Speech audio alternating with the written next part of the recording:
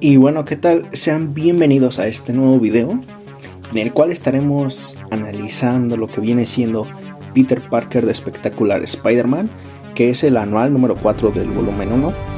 Recordemos que para esta etapa, como está ambientada en los 80s, Peter Parker aún no sabe el peligro que representaba el simbionte hasta esos tiempos. Y bueno, básicamente esta historia se divide en dos partes. Tiene la historia principal y una subtrama o una historia secundaria que honestamente no es la mejor del mundo, pero la primera sí que se me hace muy importante. Recae en adentrarnos en uno de los personajes más importantes para Peter Parker, que en este caso es la tía May. Es bastante interesante esta historia por esta parte de que querer adentrarse más en los personajes, no solo en Spider-Man, sino en sus allegados, ¿no? Y es algo que muy raras veces lo llegamos a ver. La historia comienza con dos ladrones que están a punto de robar un banco y de hecho lo consiguen. Y es que si no fuera por culpa de los propios asaltantes, el robo se hubiera completado tal cual. Pero gracias a los ruidos que estos hacen al momento de ver a Spider-Man, pues es que escuchan a la policía y pues se les frustra el robo. En esta ocasión Peter no hacía ningún comentario. De hecho, en esta historia, en esta primera parte, todo el tiempo el narrador va narrando lo acontecido. Peter Parker no dice ni un diálogo y pues nos damos cuenta que pues es el simbionte el que está realizando todo. Peter Parker en sí está dormido, pero sabemos que el simbionte tiene vida propia, entonces él es el que manipula todos sus movimientos. Bueno, Spider-Man está balanceándose por la ciudad y en eso vemos a la tía May. Ya es bastante tarde, recordando lo que era un antiguo lugar y remontándose a cómo era antes y las experiencias que había vivido en este lugar en donde está parado. Y bueno, hasta ahí apenas va iniciando la historia. Peter llega a su departamento pues cansado, ¿no? Porque en sí el simbionte era el que estaba manipulándolo, pero pues Peter Parker todo el tiempo estuvo dormido. Recordemos que para estos tiempos pues la tía May había hecho su casa un tipo asilo y estaba saliendo con un señor llamado Nathan Lubensky. Entonces él es el que le informa a Peter de estos acontecimientos, de que la tía May ha estado saliendo pues a largas horas de la noche, ¿no? Entonces se preocupan los dos y tratan de averiguar por qué es que la tía May ha estado saliendo pues en las últimas noches pues demasiado tarde, ¿no? Y les preocupa la integridad de la tía May.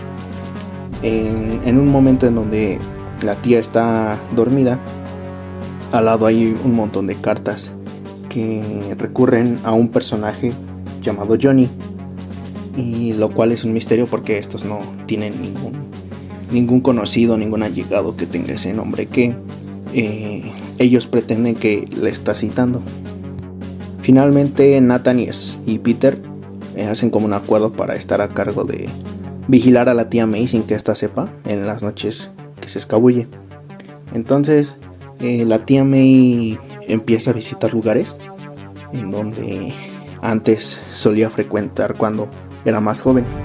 Y hay una historia bastante interesante porque aquí es cuando se nos presenta el pasado de May, que está con ese tal Nathan, que era, por así decirlo, su pretendiente o su ligue o como lo quieran llamar, que estaba saliendo con May. Y algo curioso es que también Ben está involucrado, o sea, el tío de Peter. Entonces es como un triángulo amoroso, ¿no? En donde pues May está enamorado de aquel sujeto, pero Ben está enamorado pues de May, ¿no? O la quiere invitar a salir y así, pero pues May no acepta. Y como nos marcan en este cómic, May viene de una familia pues humilde, ¿no? Por así decirlo, de pues menores recursos a los que tenía este chico llamado Johnny. Y pues obviamente es un factor que le hace que le llame la atención, ¿no? Aparte de lo demás. Y para no entrar en detalles, al final de todo, hay un momento en donde la tía May recurre a su antigua casa y vemos flashback en donde podemos ver a la tía May y cómo era toda su familia, todo su ambiente, todo su entorno que vivía cuando era adolescente. Entonces, en esta casa hay pues varios, como ya es una casa muy vieja, ya pues está abandonada y viven varios pues maleantes. El chico o el señor que lo había invitado o la había citado en este lugar, en su antigua casa, era el propio Johnny, que era había sido fraudulento y había ido por el camino del mal, ¿no? Entonces no era un tipo de fiar, y que nos hace ver que realmente quién es ese tipo de persona. Y por cierto que este Johnny acababa de salir de su sentencia, como ya no le quedaba mucho tiempo de vida. Entonces citó a la tía May para ver si podían realizar un futuro ellos dos. Y obviamente May no se puede permitir eso pues por la vida que ya había pasado, y que ahorita pues ya tenía otros planes y ya había pasado su tiempo de ellos dos. Entonces pues la tía May lo rechaza. Y bueno, pasamos a la siguiente historia, que no voy a entrar en detalles porque se me hace una historia bastante floja y bastante pues para rellenarla como con una historia complementaria, ¿no? Pero en esta historia básicamente Spider-Man y la gata quieren tener una cena normal, no de superhéroes, no usando poderes, no nada de eso.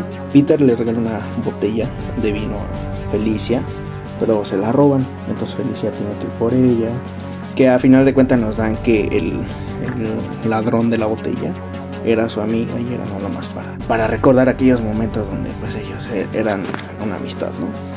Y ahí se marca el dilema, se repite el dilema principal de lo que estaba transcurriendo en este tiempo con Spider-Man y Felicia, que el Kingpin le había brindado sus habilidades especiales a Black Cat, pero pues era algo que aún no se lo revelaba a Spider-Man. Pero hasta ahí, no pasa nada más interesante, y así es como acaba este número. Es una historia recomendable, pero obviamente omitiendo la segunda historia. La primera, pues al menos a mí me parece interesante por el simple hecho de querer adentrarnos más en la vida pasada de la tía May, cómo eligió a Ben en lugar de a Johnny, cómo es que era su vida pasada. A ella le causa nostalgia, ¿no?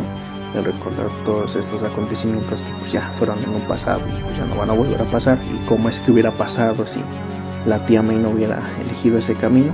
Es interesante para ahondar más allá en la vida de los demás personajes que no es Spider-Man. Entonces, recomendable.